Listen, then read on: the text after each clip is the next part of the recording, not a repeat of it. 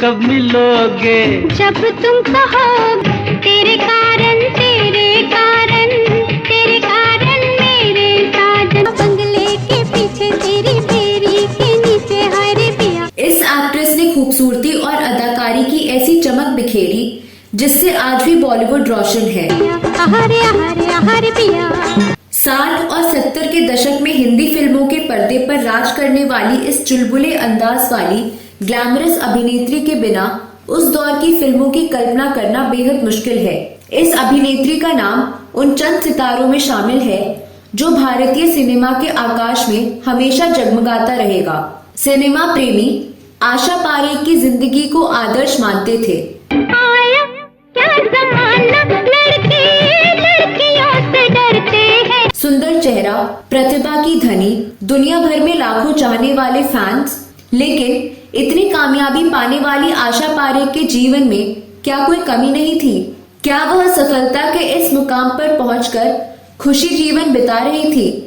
इस नशीली आंखों वाली अदाकारा पर हजारों दिल फिदा थे और हर कोई इस खूबसूरत हसीना से शादी करने की हसरत पाले हुए था।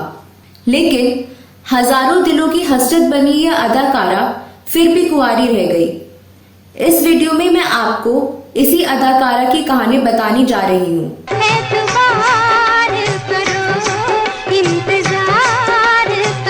दोस्तों, मध्यम वर्गीय गुजराती परिवार से संबंध रखने वाली आशा पारेख का जन्म 2 अक्टूबर 1942 को गुजरात के महुआ में हुआ था। आशा पारेख के पिता हिंदू और माता मुसलमान थी। आशा पारेख का पारिवारिक माहौल बेहद धार्मिक था। विभिन्न धर्मों से संबंध होने के बावजूद उनके माता पिता साईं बाबा के भक्त थे। छोटी सी आयु में ही आशा पारेख भारतीय शास्त्रीय संगीत सीखने लगी थी। उन्होंने महज 10 साल की उम्र में आसमान फिल्म से बतौर चाइल्ड आर्टिस्ट अपने करियर की शुरुआत की। फिल्म में अपना करियर शुरू करते समय आशा पारेख ने शायद ही सोचा होगा कि एक दिन वह सफलता के उस मुकाम पर पहुंच जाएंगी जहां बड़े से बड़े एक्टर उनके साथ फिल्म करने को इच्छुक हों, लेकिन उनके पास ही समय ना हो। ऐसा एक बार नहीं, कई बार हुआ जब अमिताभ से लेकर सत्यजीत रे तक की फिल्मों को साइन नहीं कर पाई थी। आसमान में बाल कलाकार के रूप में काम करने के साथ ही आशा पारेख को बेबी आशा पारेख के रूप में पहचान मिलने लगी। एक स्टेज प्रोग्राम में आशा पारेख के नृत्य से प्रभावित होकर निर्देशक बिमल रॉय ने 12 वर्ष की आयु में आशा पारेख को अपनी फिल्म बाप बेटी में ले लिया। इस फिल्म को कुछ खास सफलता नहीं मिली। इसके अलावा उन्होंने और भी कई फिल्मों में बाल कलाकार की भूमिका निभाई, लेकिन गूंज उठी शहनाई के निर्देशक विजय भट्ट ने आशा पारेख की अभिनय प्रतिभा को नजरअंदाज करते हुए उन्हें फिल्म में लेने से इनकार कर दिया था। लेकिन अगले ही दिन फिल्म निर्माता सुबोध मुखर्जी और लेखक निर्देशक नासिर हुसैन ने अपनी अगली फिल्म दिल दे के देखो में आशा पारेख को शम्मी कपूर की नायिका के रोल में चुन लिया। यह बात साल 1959 की है और यही फिल्म आशा पारेख की डेब्यू फिल्म थी। इस वक्त आशा केवल 17 साल की थी।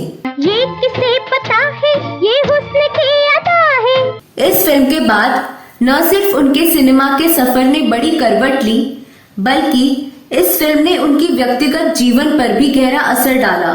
फिल्म के निर्देशक नासिर हुसैन के रूप में आशा को न सिर्फ एक अच्छा निर्देशक बल्कि एक अच्छा दोस्त भी मिल गया। धीरे धीरे दोनों के बीच काफी नजदीकी हो गई। नासिर हुसैन ने उन्हें अपनी अगली 6 फिल्मों में लीड रोल दिया। यह फिल्में थी जब प्यार किसी से होता है, फिर वही दिल लाया हूँ, तीसरी मंजिल, पहाड़ों के सपने, प्यार का मौसम और कारवां। इसके बाद खूबसूरत और रोमांटिक अदाकारा के रूप में लोकप्रिय हो चुकी आशा पारेख को निर्देशक राज खोसला ने उन्हें 2 बदन, चिराग, मैं तुलसी तेरे आंगन की जैसे फिल्मों में एक संजीदा अभिनेत्री के रूप में स्थापित किया। इसी सूची में निर्देशक शक्ति सामंत ने कटी पतंग और पगला कहिंका के द्वारा आशा पारेख की अभिनय प्रतिभा को और विस्तार दिया। फिल्म दिल दे के देखो में काम करने के दौरान ही आशा पारेख और नासिर हुसैन एक दूसरे को पसंद करने लगे थे। आशा पारेख और डायरेक्टर नासिर हुसैन के रिलेशनशिप में होने की भी काफी चर्चा चले थे। लेकिन जब आशा पारेख नासिर हुसैन के संपर्क में आई तब वह पहले से ही शादीशुदा थे और उनके 2 बच्चे भी थे। आशा पारेख नासिर साहब से शादी करना तो चाहती थी, लेकिन वह नहीं चाहती थी कि दुनिया उन्हें होम ब्रेकर यानी घर तोड़ने वाली महिला कहे। इस बात के बारे में खुद आशा पारेख ने अपनी बायोग्राफी द हिट गर्ल में इसका जिक्र करते हुए कहा, नासिर हुसैन एक लौते आदमी हैं जिनसे मैंने प्यार किया था, इसलिए मैंने उन्हें अपनी बायोग्राफी में जगह दी। वह लिखती हैं कि उन्हें नासिर साहब के परिवार से बहुत प्यार था। नासिर साहब को पाने के लिए वह उनके घर को तोड़ना नहीं चाहती थी। वह नहीं चाहती थी कि दुनिया उन्हें घर तोड़ने वाली महिला कहे। यही वजह थी कि नासिर साहब की जिंदगी में आशा पारेख न आ सकी और न ही कोई और उनकी जिंदगी में आ सका। बता दें कि नासिर हुसैन अपने समय के मशहूर डायरेक्टर थे। वह बॉलीवुड एक्टर आमिर खान के चाचा थे और मशहूर डायरेक्टर मंसूर खान के पिता थे।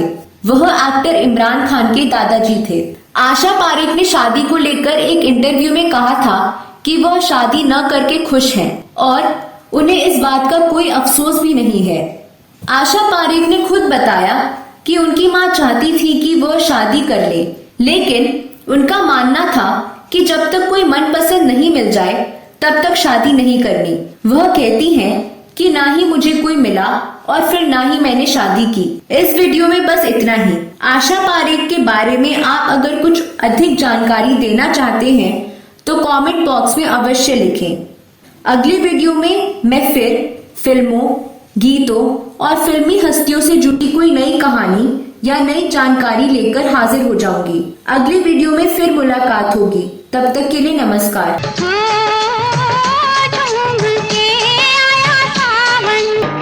फिर कब मिलोगे? जब तुम कहो तेरे का